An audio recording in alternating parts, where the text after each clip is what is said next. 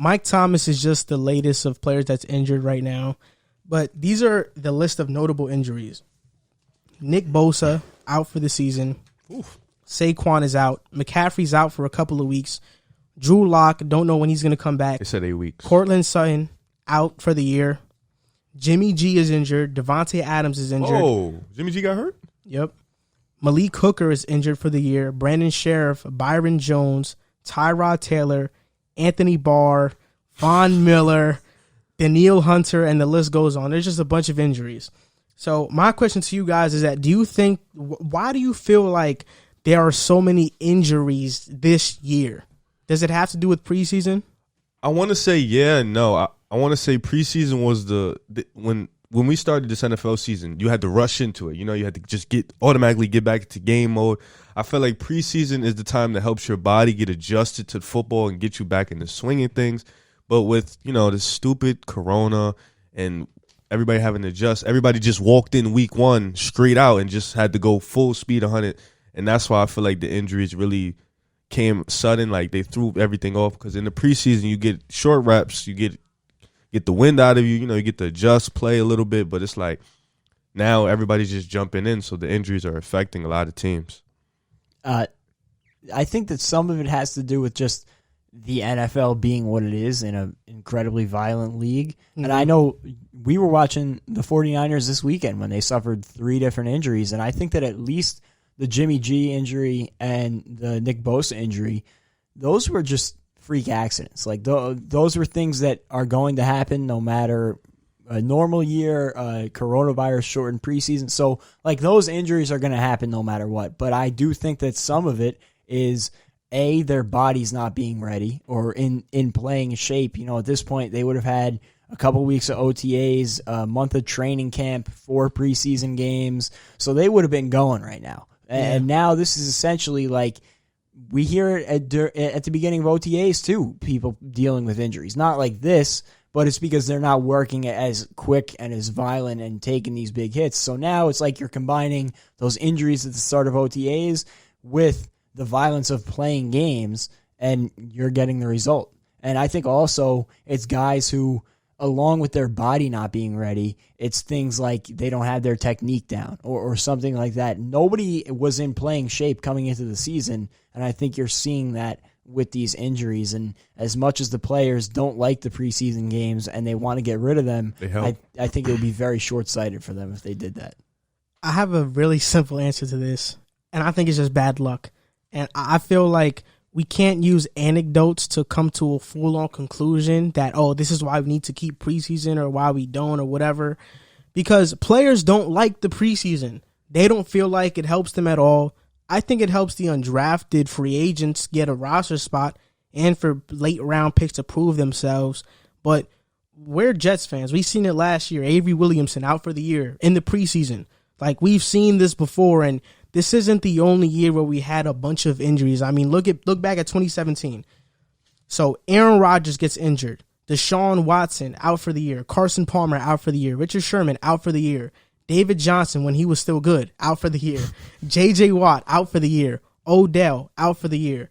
Andrew Luck out for the year. Ryan Tannehill tears his ACL in practice right before the preseason starts. Julian Edelman gets a torn ACL and is out for the year. He played in the preseason. Dalvin Cook, torn ACL, out for the year. Like, these are all guys that got injured and they were out. And I think right now we're just jumping to a conclusion because unlike these players in 2017, it was kind of spread out, right? They got it in preseason week 3 and OTAs or like week 2, week 5, week 6. It just so happens that week 2 in this year, a lot of players got it hurt. I agree to an extent, but I also agree with him to an extent too, because like he said, 2017 wasn't the same as 2020. Yeah, it's a combination of both. Yeah. Like, as much as I agree with you, it's going to happen. That's the nature of football. Yeah, guys football are going to get violent. hurt every week. And I do think that some of it is that their bodies aren't ready. I mean, like, especially a guy like Saquon, where you see his running style. He is herky-jerky and power. Like, he is going full throttle. That also might be a reason why he got hurt. because we've seen the same thing with Bo Jackson. He's kind of had like a similar running Did you style. see the way he got hurt? Saquon, yeah, I saw it. Yeah. His knee just Like buckled. Bo Jackson kind of gave out the same way. You know, when he was running, when he was still playing at a high level.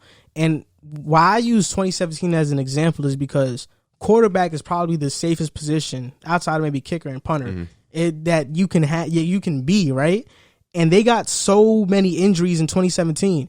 Like, these are players that are getting hurt now that are running backs, that are defensive ends, players that got to be physical on every single down, on every single play. So I just feel like it really just is in the nature of the sport that football is going to have injuries.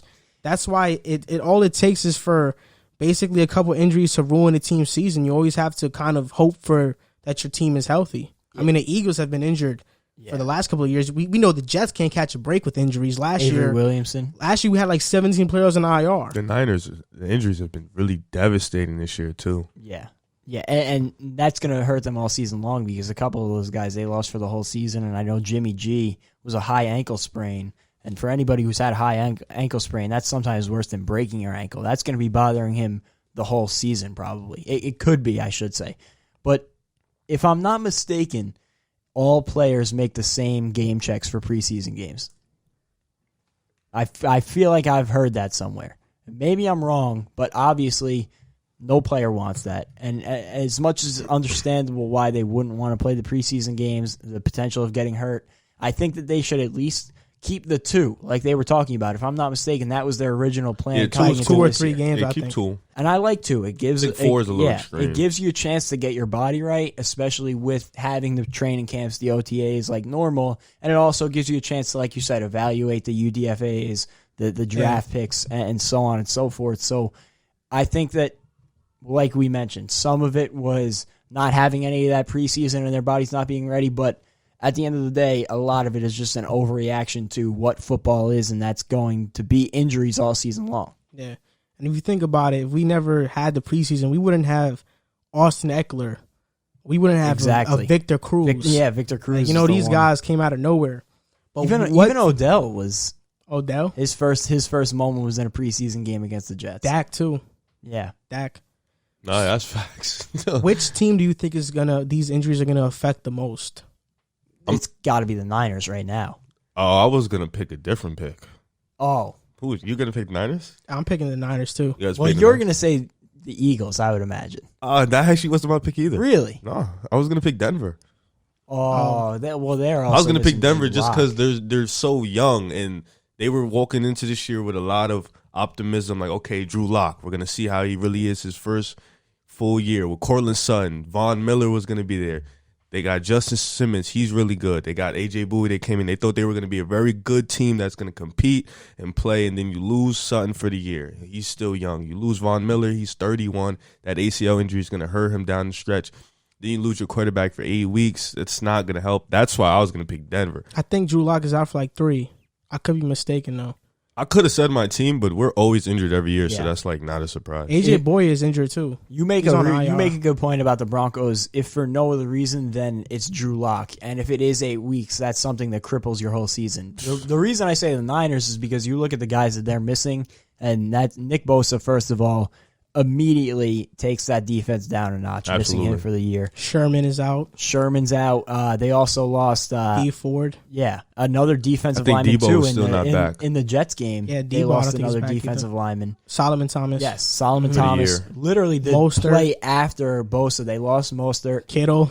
And I didn't know all of those injuries. Jimmy G. And Jimmy G, like I said about the high ankle sprain, that's something that's going to linger, and it might, he'll probably be back in a week or two, but that's something that he is not going to move the same. And as much as he's not a running quarterback, he's mobile, and I think that's a pretty good dimension of his game, is he can get out of the pocket and move around, and that's something that's going to impact his game all season long.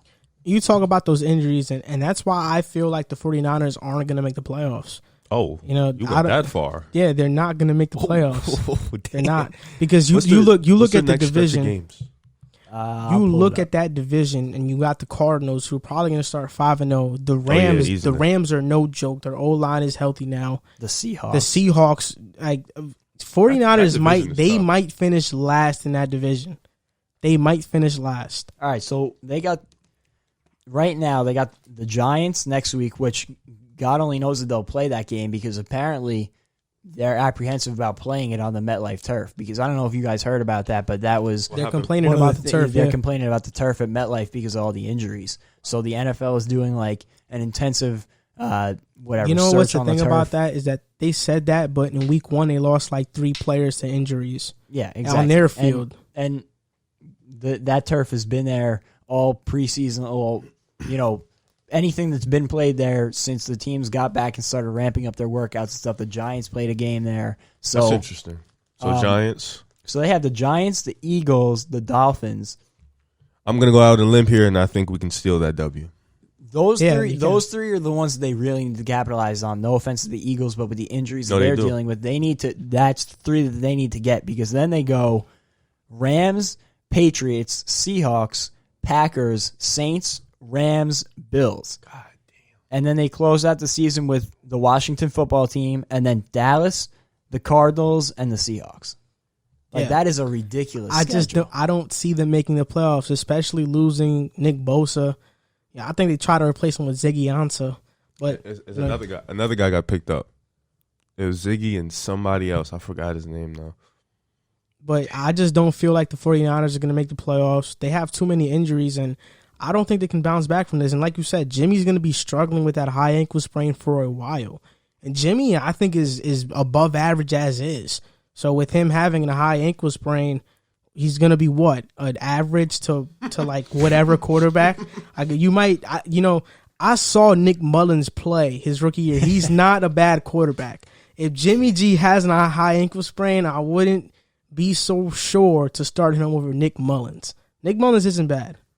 You can definitely keep them above water. Let's hold out on that and see how Jimmy G recovers. Nick Mullins isn't a Nathan Peterman, right? He's not a Trevor Siemian. He's better than Trevor Siemian wasn't that bad though. Yeah, he played solid. He played all right for a little bit. Now Nathan Peterman is horrible. Now if you want to say Luke Falk, he's not Luke Falk.